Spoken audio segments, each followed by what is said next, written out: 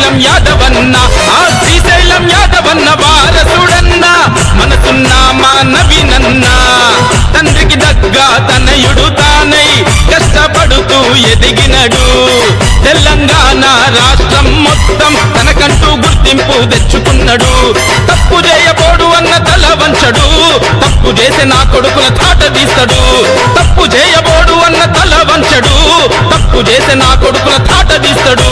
నవీనన్న వరమ నవీనన్న నవీనన్న Jubilee hills లీడరే నవీనన్న నవీనన్న